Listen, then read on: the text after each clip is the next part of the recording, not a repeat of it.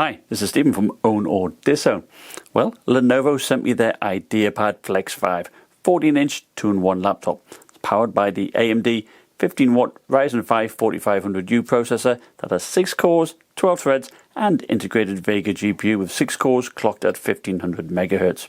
The beauty about this laptop is that it is so portable, weighing only £3 6 ounces or £4 2 ounces with its small 65-watt power brick. And it is truly a road warrior's dream, as the 52 watt-hour battery lasted me 10 hours. You can also use Lenovo's rapid charge feature to charge it to 80% in an hour. Now it only costs $709 on Amazon, and I'll leave a link for it in the description below. Now the 4500U is no slouch either. In Cinebench R20, as shown by the red bar, it scores 2,256 points in the multi-core test, which is marginally faster than the 45-watt i5-10300H with 4 cores and 8 threads. Now that's not bad for a 15-watt chip. And for reference, I also show how it compares to the 15-watt 4700U with 8 cores and the Ryzen 5 4600H, its 45-watt counterpart that has simultaneous multi-threading and 6 cores, 12 threads. We see the same in Handbrake, where again it is slightly faster than Intel's 45-watt chip. I'm thinking that I would like to see this chip or the 4700U in a gaming laptop. Now imagine it combined with a GTX 1650 and say an 80 watt-hour battery. A gaming laptop with over 12 hours of battery life would be a dream come true. I tried the Ideapad Flex 5 with Adobe Premiere Pro and I didn't notice any lag in the timeline with a 1080p file. As for encoding times, using a software encode to test CPU performance, it bested the 9300H and the i7 in the insanely expensive Surface Book 3. Using the GPU to encode, the Vega GPU allowed for the render time to be halved, but it still beat the Surface Book 3 that was using a more powerful GTX 1660 Ti Max-Q. It has 3 power modes. You've got Extreme Performance, Intelligent Cooling, and Battery Saver. I know it's not a gaming laptop, but I had to see how it handles some games. Gaming at the panel's native resolution of 1920 by 1080 was a little tough. Here is Doom Eternal at 1080p. At the top is the Intelligent Cooling power mode, and underneath is Extreme Performance. You will notice that the Intelligent Cooling mode uses 29 watts, which is still pretty good considering that the 4500U is supposed to be configurable up to 25 watts. Now Extreme Performance pushes this to 35 watts, and as a result the thermals do get rather hot. The CPU in the mid-90s and the integrated GPU sees about a 10-degree rise. Now there isn't much in the way of a frame rate bump, so you might as well just stick to the more balanced power mode, although in my testing I pushed it as hard as it could go. 720p gaming is definitely manageable though. Here is Fortnite, 720p, medium settings. The second FPS counter on the right is the 1% low, and that is over 30 FPS. Now I do really suck at this game, and even I managed 3 kills, so it actually can't be all that bad. Here is Overwatch, medium settings. At the top is 1600 by 900, and underneath is 1280 by 720. Even the higher resolution was playable, so for the casual gamer who doesn't mind a 60Hz panel, the Ideapad Flex 5 is a good option. Now I had my daughter fire up Fall Guys using 720p high settings, and we were getting a playable 60 FPS. Here's a chart summarising all of the gaming performance. I am really impressed with the Vega GPU and can't wait to see what the AMD Van Gogh RDNA 2 based APUs will be like in the future. Probably the most disappointing part of the laptop is its display. Of course it's a glossy display because it's a 2-in-1, it's a touch screen, but the colour gamut is poor. We've got 62% of sRGB, 46% of Adobe RGB, and 46% of the P3 colour space. Now brightness, its max peak brightness is 236 nits, so that's pretty low. Now it does have a good contrast of 920:1, but as you lower the brightness, it's pretty poor. So here I like going about 50%, and that's only at 50 nits. And of course 25% is even lower, that's 26 nits, and 0% it's off totally. So using this panel in the bright light could be problematic, particularly with the reflective screen. Now backlight bleed, I think it does a very good job. Maybe a little bit at the very top, but you know, not that noticeable. I like it. Now the panel is made of plastic, but it actually is fairly rigid, so that's not too bad. And the hinges are also pretty stiff, which is ideal for a 2-in-1. And the webcam is still up the top here. So we do get a 720p webcam, and actually it's pretty decent. I quite like it. It's quite sharp for 720p, and the colours look pretty good. And as you're typing, that's that. And I think the microphone does quite a decent job too. Now, should you wish, there is a privacy shutter at the top in case your boss is spying on you. So the touchscreen itself works well.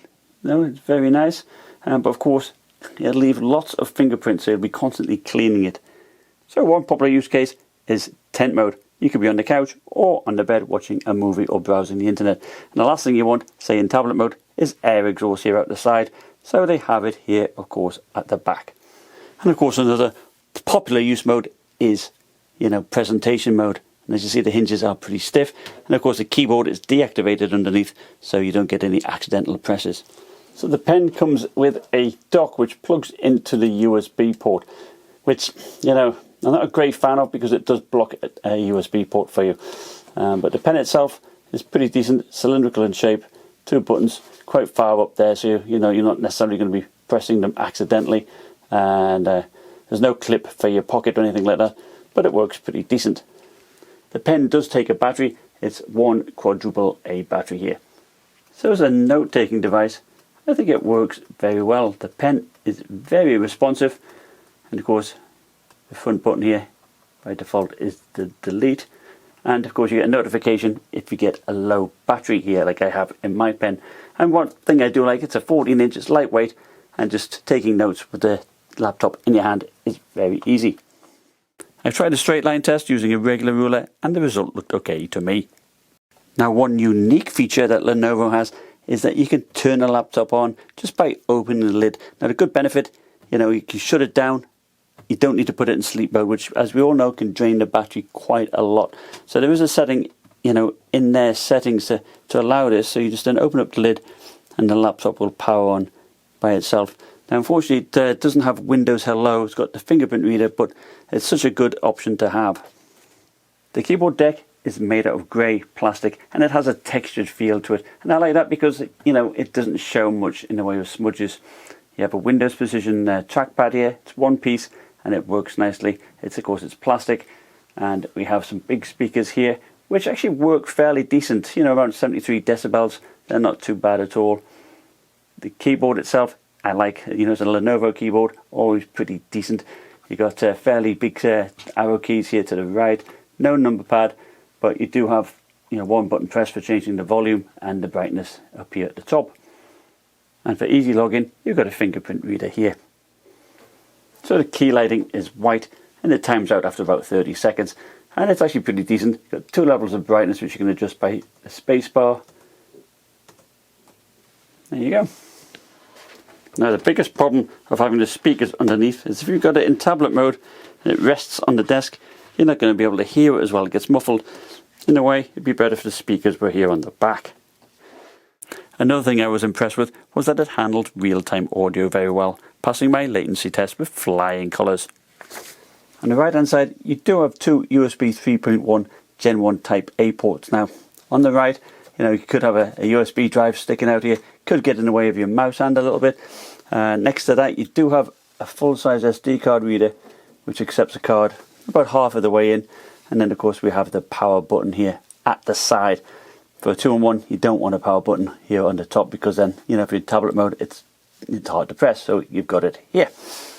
And on the left-hand side, we have the Lenovo hole. We have a combo headphone mic jack. Now we have a USB 3.1 Type C port, Gen 1. Now that accepts power delivery, so you can charge your laptop with this. In fact, my laptop came with a 65-watt power brick that is only USB-C. Next to that, you do have the HDMI 1.4B. And at the back here, you do have the power port here for a barrel connector. So mine didn't come with that charger, but that is there on the back. The plastic base is held on by a series of Torx 5 screws. Very easy to get into. And you also have the air intakes here over the 2 heat pipes that you have leading to the Ryzen 5 4500U here with a single fan blowing out of that single heatsink. Now here we have, must be the RAM. It's soldered on. Mine has 2 8GB, so it's 16 GB in total. Now we can replace the Wi-Fi card, that's good. It's a Realtek Wi-Fi card. I didn't have any particular problems, but you can replace it if you wish. And we have a single M.2 PCI Express slot here, and mine's a 256GB. Interestingly, we have a 3-cell battery in an L-shaped formation here, and it's 52 watt hours. And I actually got quite decent battery life. I got around about 10 hours there, so that is pretty decent. And of course here we have the 2 speakers.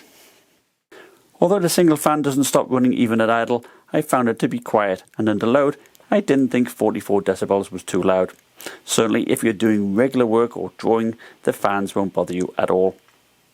The keyboard under load is in the mid-40s, and the palm rest area is very cool. All in all, I am very happy with it. How would I sum up the Lenovo Ideapad Flex 5 14-inch 2-in-1 laptop? Well, I think for $709 it is very good value. Sure, it is a plastic build, so it doesn't have the same premium feel like some of the competing aluminium ones do, but it is very practical. It doesn't show fingerprints on the chassis, it's lightweight, and the battery lasts ages. The CPU and its integrated Vega graphics are also very good enough for most people's use cases, and many applications may well be accelerated using the Vega graphics. Now they do also include a digital pen, and it felt good in the hand and was very responsive in my note taking. My only disappointment is the panel. If you need a good panel for Photoshop or other applications needing good colours and good brightness, then this will likely disappoint. Thank you for watching. If you're new to my channel, consider subscribing. It's free. And if you think I suck, you can always unsubscribe. Bye now.